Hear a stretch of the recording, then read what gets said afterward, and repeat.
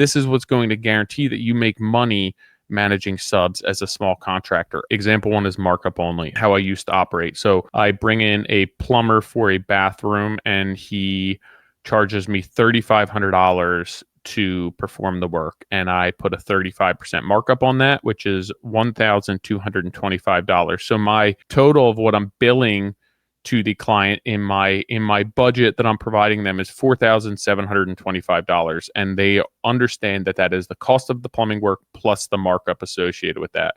So seems like a big number for a bathroom at first glance. You know, you think that there's a decent margin in there, right? It's only $3,500 worth of work, and I'm making $1,200 on that, but you have to account for your time. So on that project, it could be 2 hours meeting with the plumber, right?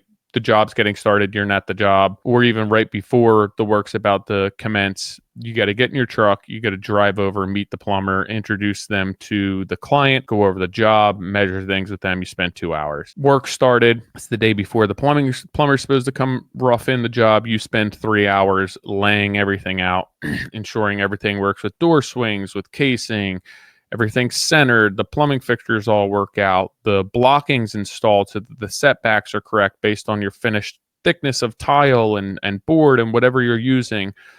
Another 3 hours there. When the work begins, you're driving out to the job. You're meeting with the plumber. You're explaining to him about all of your plumbing and your layout and what's critical and what things need to be and concerns that he or she may have. Then for some reason you fail an inspection. You got to go back, meet with the plumber again. Why do we fail the inspection? How can we fix this?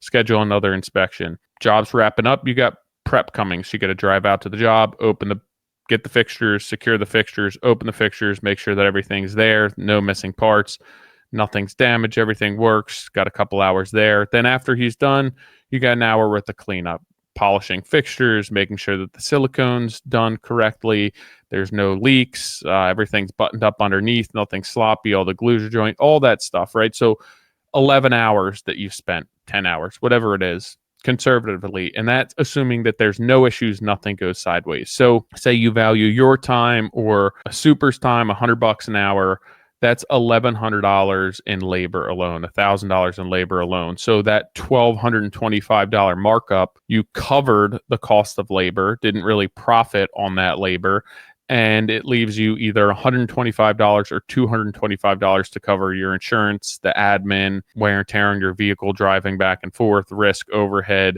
no profit, no margins, really just surviving. So you can see how those numbers don't work out. You know, you move more towards 15, 20% markup. Now they're really not making any sense. So it's bad at 35, 40%, 50%, but you drop down below that, it's probably costing you money to put this work in place. Example two, you have your markup and a management fee. So you have that same $3,500 contract, 35% markup, which is $1,225. Now say that you're going to put 8 hours worth of management on this job. Maybe the last time when there was no management on it, you didn't really understand what the management took. So you have 11 hours and it's based on some inefficiencies and some overlap.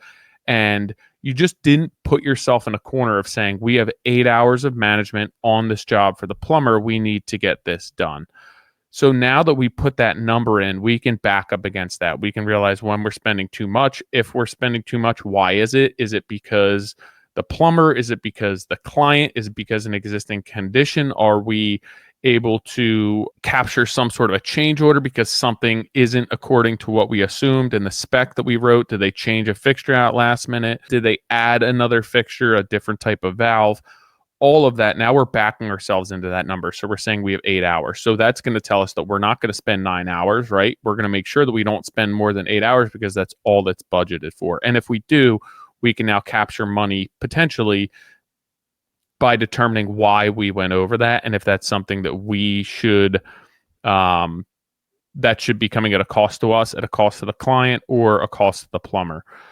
So right now, the total build for this project to the client is $5,725. So you have not only the $1,225 to cover the overhead, the access to your sub pool, some inefficiencies, some burden, that general markup, but now you have $1,000 allocated to managing this project. So you're going to ensure and create whatever systems or processes you know that you need to manage this subcontractor to hit that $1,000 mark, which is going to cover the time and whatever profit you have that's based on, that $125 an hour figure that I gave you. The way that I operate mine are all loaded numbers. So if it's $125, that includes all my overhead and burdens associated with the cost of that employee.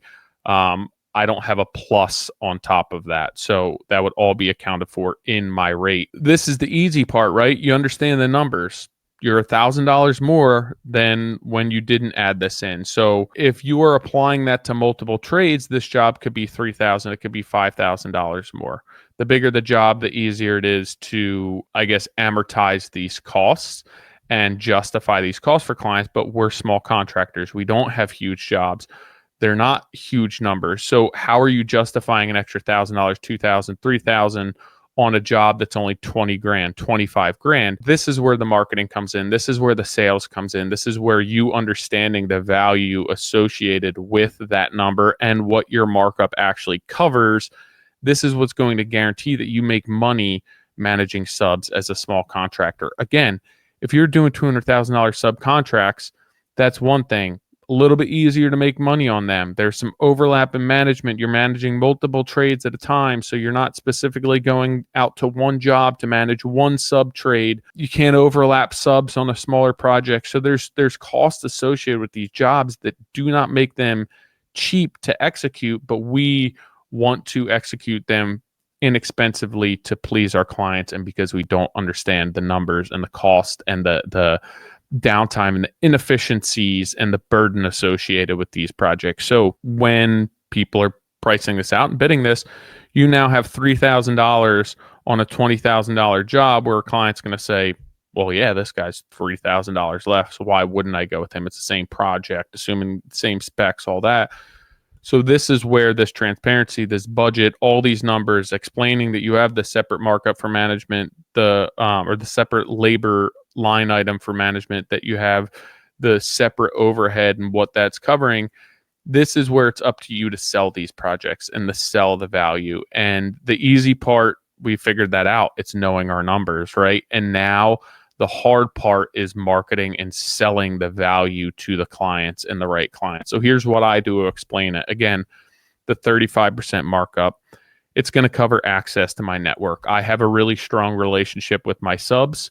They're reliable subs. They're reputable subs. I understand how to manage them. I know the results that I'm going to get. They prioritize our work, our schedule. I understand their price point and the access to these subs and the level of execution that I can reach with these subs is worth financial money. There's value there. That's part of the 35%. Administrative overhead, right? With the way that I bill and I'm invoicing, you could have an overhead like this plus on cost plus that's going to account for back office and administrative. I don't have a plus, so I need to make sure that wherever my numbers are coming from, if it's subcontractor based, that I'm charging an administrative markup based on that trade and that task. I don't have the type of business where I put a number, a more broad overhead markup, and slap that across all of my sales volume, because year to year my sales volume can be dramatically different based on how much work I do and the jobs I do.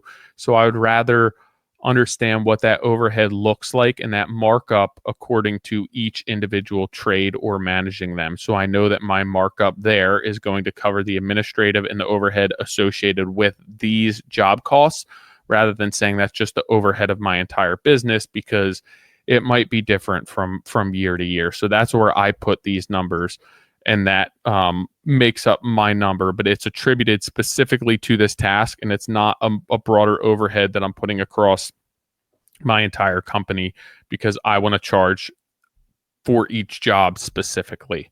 Even though it's an admin cost, it is for this job. I wouldn't be paying the invoicing, the emails, the correspondence, the cutting of checks if I weren't doing this job. It's just back end overhead.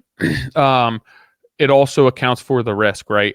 I manage the subcontractor. I stand behind their work. If something goes wrong, if there's a hiccup, if something's damaged, I own it. That liability has to be reflected in my pricing. So then we have the separate management fee. What does that cover? That covers site meetings, problem solving, communication, correspondence, quality control. That communication and that coordination is not just up front. It's not just simply during the job. It's also after the job as well. I am ensuring that the subcontractor executes the design and the scope as promised and that nothing is compromised. I'm protecting the vision, the schedule, and the standard for the quality. So all the time it takes to meet with these subs, to do material takeoffs with these subs, to go over layout, to problem solve when there's a hiccup, when there's a layout issue, when something doesn't work with the existing conditions or the floor joist or the walls, or if we need to move framing or adjust framing. That's part of my management fee. I could try and place that in, right? Part of this goes into layout, part of this goes into carpentry. No, that for me, that's all within my management fee. It's the easiest way for me to wrap my head around it when I'm budgeting, line item budget. How much management, how much extra work do I have with my tool belt on, communicating and executing this work with my subcontractors? So that's what that management fee covers.